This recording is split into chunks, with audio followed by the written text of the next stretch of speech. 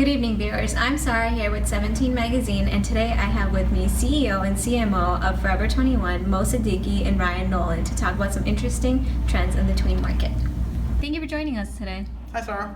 Thanks for having us. So, Mo, there's a lot of buzz about Forever 21 coming out with a new brand called Sweet16. Can you tell me a little bit about it? Well, Sarah, as you know, the retail industry is expanding pretty rapidly right now. And what we're starting to see is that tweens represent a larger and larger portion of that market. Just last year, the tween portion of the retail market represented nearly $40 billion of revenue, and that's big for us.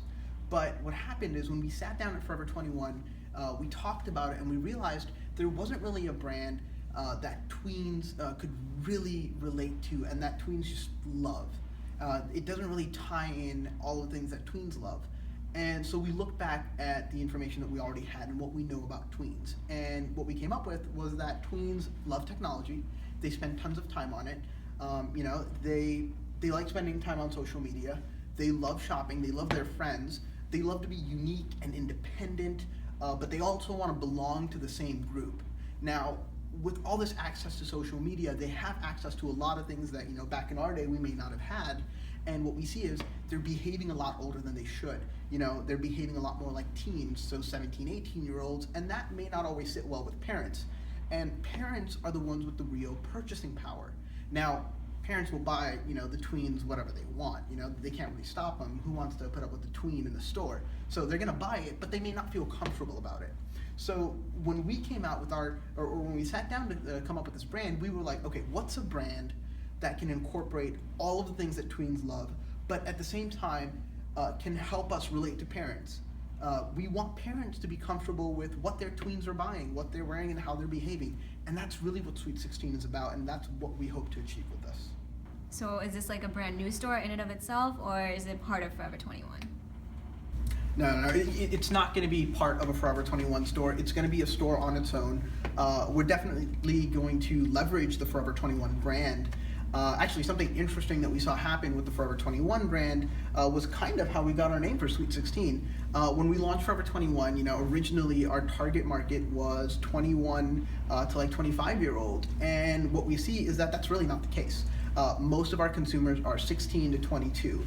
And so it was kind of the same idea here. If we call it Sweet16, we're hoping that since tweens like to behave older, they want to be associated with their 16, 17, 18-year-old counterparts, that's why they're going to go to Sweet16. They're like, great, this is an older brand, this is where we want to shop.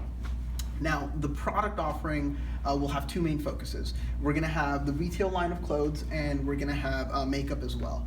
Now, the retail side is a little interesting with clothing because if you look at places like Justice, right, a lot of what you see is colors and bedazzling and these bright graphics, and we don't really think that that's what tweens want. Tweens also want simplicity. They want to, again, behave just like their older counterparts. They don't like logos. They don't like all this branding and all these, bright, shiny jewels and things like that, but they still want the color. So we're going to offer fresh, fashionable, fast fashion at an affordable price. Now, what's going to be unique is we want to incorporate technology into this store as well. So this is something that we don't think has ever been done in a retail store. We're going to have a station set up at every store, and we're going to have iPads throughout the store. But this station, you're going to be able to go in, and it's basically going to take a picture of you, and then you will be able to virtually try on clothes that we have both in the store and clothes that you'll be able to customize all on your own. So not only will you be able to relate to your tween girlfriends that are wearing the same brand, it'll be grouping them together but being exclusive at the same time when it's something that they have designed on their own. If there's a pair of jeans or there's a t-shirt that you don't see in the store, you're like, man, I really want that. You can design it, you step into the machine, it gets your sizing, it creates that shirt for you or those jeans for you, and we ship it directly to your house. So that's something that's very, very different. Now, another thing that we notice with makeup is what happens with Lush, right? So the trend nowadays for a lot of women is to wear makeup or facial products that have natural ingredients. And a lot of parents are concerned that their kids are growing up so fast, they're using all these makeups that may not be suitable for their skin. They're still growing, and we don't want anything to harm them. So we're gonna have an entirely new line of makeup that's going to be made of all natural ingredients, and it's going to be totally suitable for the kids. But what we want is we want it to be lower priced. than our competitors, because again, this is the tween market. We want them to be able to access this as much as possible, right? We want to get this into their hands because we want to be the safe brand that tweens love and that parents love. Okay, so Ryan, tweens are a hard market to get a hold of. How do you plan on about doing this? Sarah, I think we have a great plan in place. Our marketing plan is going to focus on 4 things. That's building awareness, inciting trials, driving sales, and building loyalty. Now, for building awareness, we're going to have an integrated marketing campaign on social media and digital media. Now, think your phone and your applications on there. So for social media, we're going to have 3 big hitters and one that's sort of just out there. We're going to have our Snapchat, Instagram, and Twitter, always on point, just focusing on tweens. Then we have our Facebook page, also out there, but not really the focus of things.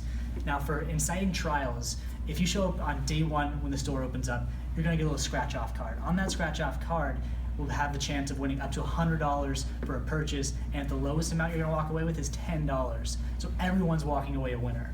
Now, for driving sales, we came up with a pretty good discount plan for the first month of sales. So for week 1, we're going to have tops, makeup, and accessories. And week 2, we're going to have bottoms, makeup, and accessories as well. Makeup and accessories tends to stick around through most of this except for the final week. Week 3, we're going to have shoes, makeup, accessories, and week 4, this is the week you can build a full outfit. We're going to have tops, bottoms, and accessories. Now, for the final step here is we're building loyalty. So how are we going to do that? We're going to make the parents love us. We're going to do that with a prepaid credit card and a rewards program. We feel this will really allow the parents to control the tweens are spending on, allowing them to also feel individual in their purchases. So if parents put as much money on there, the tweens just go shop on their own. Now, every 250 points, which is every $1 for each $1 you spend, you get $10. And then at 500 points, you get 20. After that, you're going to get double points. And then every 500 points, you'll get another $20.